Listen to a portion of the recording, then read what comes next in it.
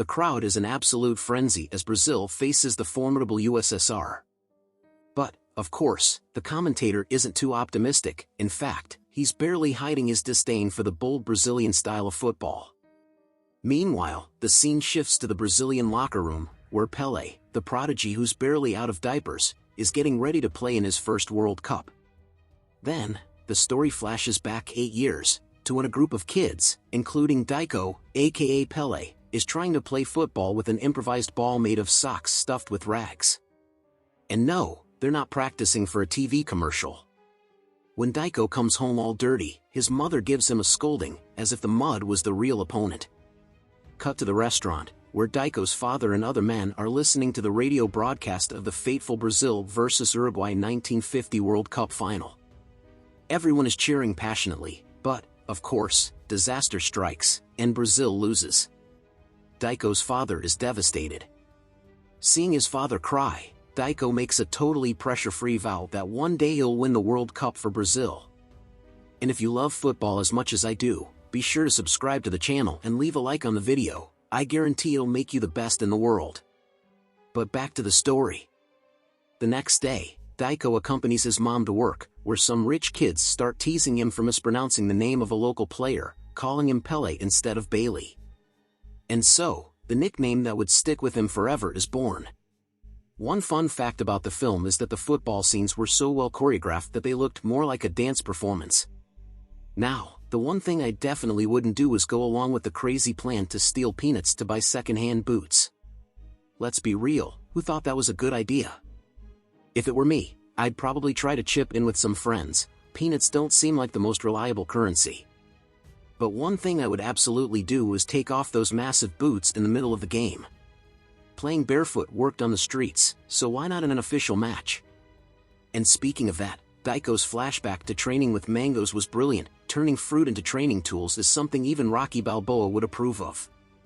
The big turning point, of course, comes when Daiko and his friends start to shine on the field, playing like they're back in the streets. Even though they lose the game, the crowd cheers for them and starts chanting Pelé, solidifying a name that started as a joke. How would you react if you lost a game 6-0 and still walked out as a hero? In the end, Pelé faces personal tragedy with the death of his friend, making him question his destiny. But with his father's support, he finds a way to channel his pain into football. 2,000 years later. The coach, shocked by Pelé's unique way of scoring, asks him to repeat the move. And, of course, Pelé does it with mastery, leaving everyone speechless with his old-school football style. After mesmerizing both fans and opponents, he quickly makes a name for himself on the national stage, even though he's the youngest on the team. After being promoted to the professional team, Pelé surprises his family with gifts, including a radio for his father. The family listens to the announcement of the Brazilian squad for the 1958 World Cup, with little hope that Pelé would be chosen because he's so young. Surprise! He gets selected, and everyone is shocked. During the farewell with the team, Pelé's father tells him to believe in his own style of play. But, of course, the national coach has other plans and tries to Europeanize Pelé's style, which leads to a knee injury. The injury almost sidelines him from the World Cup, but when the team runs out of options, there's Pelé, practically pushed onto the field. In the first half of the semi-finals against France, Brazil is losing. During the break, a teammate suggests that Pelé play like he did as a kid, Jenga style, dribbling like capoeira with a ball.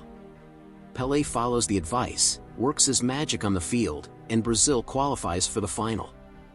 Before the final against Sweden, the coach once again tries to enforce European strategies, until he realizes he's going against the team's essence.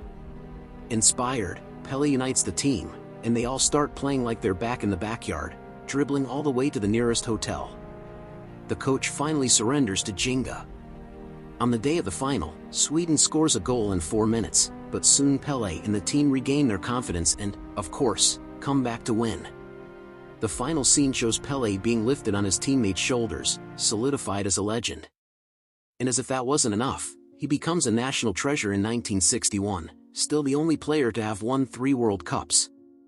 One interesting fact about the film is that it was shot in just 2 months, a true cinematic marathon. Now, if I were in Pelé's shoes, I would never play the European style after being forced to follow orders. I'd bring out my Jenga from the start. And I found it fascinating that the coach finally admitted his mistake. It's not every day you see that happen. What do you think would have happened if Pelé had caved to the pressure and completely abandoned his style in the final? I think they probably would have lost, but let me know your thoughts in the comments, and I'll see you in the next video. And I gotta tell you, it was perfect. Perfect.